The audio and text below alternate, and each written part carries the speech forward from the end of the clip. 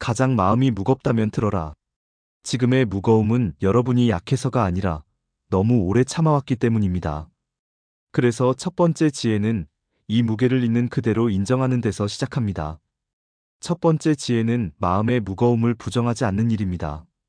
마음이 무거울수록 우리는 괜찮은 척하려고 애씁니다. 그러나 괜찮은 척은 무게를 덜어주지 않습니다. 오히려 마음은 더 깊이 눌립니다. 옛 가르침에서는 마음을 속이면 몸이 대신 앓는다고 전해집니다. 이 말은 감정을 숨길수록 다른 방식으로 드러난다는 뜻입니다. 왜냐하면 마음은 무시당할수록 더 큰 신호를 보내기 때문입니다. 우리가 밤마다 쉽게 잠들지 못하는 이유도 여기에 있습니다.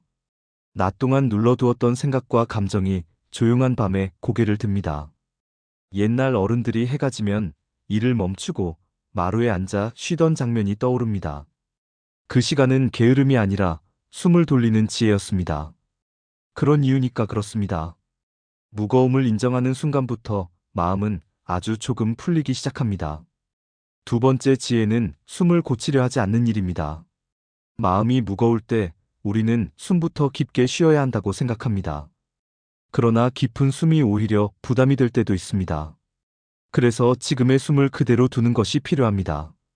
가르침에서는 억지로 고요해지려 하지 말라고 전합니다.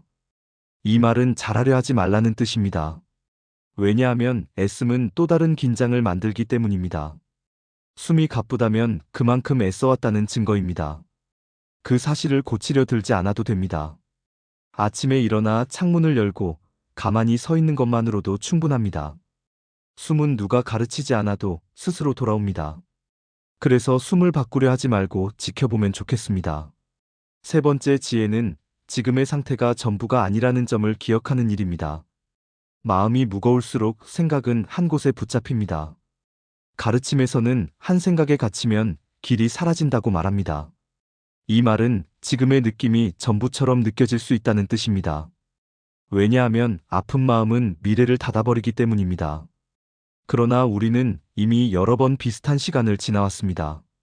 그때도 끝처럼 느껴졌지만 결국 하루하루를 건너왔습니다. 무릎이 아파 계단이 벽처럼 느껴지다가도 어느 날 다시 오를 수 있었던 경험처럼 말입니다. 이 기억은 희망이 아니라 사실입니다. 그래서 지금의 무거움이 전부가 아님을 잊지 않으면 좋겠습니다. 네 번째 지혜는 자신에게 던지는 말을 바꾸는 일입니다. 마음이 무거울수록 말은 날카로워집니다. 특히 자기 자신에게 그렇습니다. 가르침에서는 마음에 던지는 말이 길이 된다고 전합니다. 이 말은 반복되는 자기 말이 삶의 방향이 된다는 뜻입니다. 왜냐하면 마음은 가장 가까운 말을 가장 깊이 믿기 때문입니다. 오늘 하루도 여기까지 온 자신에게 수고했다는 말을 건네보십시오. 손자, 손녀가 넘어졌을 때 건네는 말처럼 부드럽게 말입니다. 처음에는 어색하고 진심이 아닌 것처럼 느껴질 수 있습니다.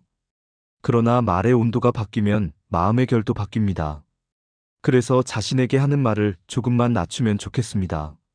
다섯 번째 지혜는 비교에서 물러나는 일입니다. 마음이 무거울 때 비교는 가장 빠른 상처가 됩니다. 가르침에서는 남의 그림자로 자신의 길이를 재지 말라고 전합니다. 이 말은 타인의 삶이 기준이 될 수 없다는 뜻입니다. 왜냐하면 각자의 조건과 인연이 다르기 때문입니다. 누군가는 빠르게 걷고 누군가는 멈춰 서야 하는 구간이 있습니다. 텃밭에서도 같은 날 심은 씨앗이 같은 날 자라지 않습니다. 그 차이를 실패라고 부르지 않습니다. 삶도 이와 다르지 않습니다. 그래서 비교 대신 자신의 리듬을 인정하는 것이 필요합니다. 여섯 번째 지혜는 마음의 무게를 혼자 들지 않는 일입니다. 혼자 견디는 시간이 길어질수록 마음은 굳어집니다. 가르침에서는 함께 앉는 것만으로도 짐이 나뉜다고 전합니다. 이 말은 해결책이 없어도 괜찮다는 뜻입니다.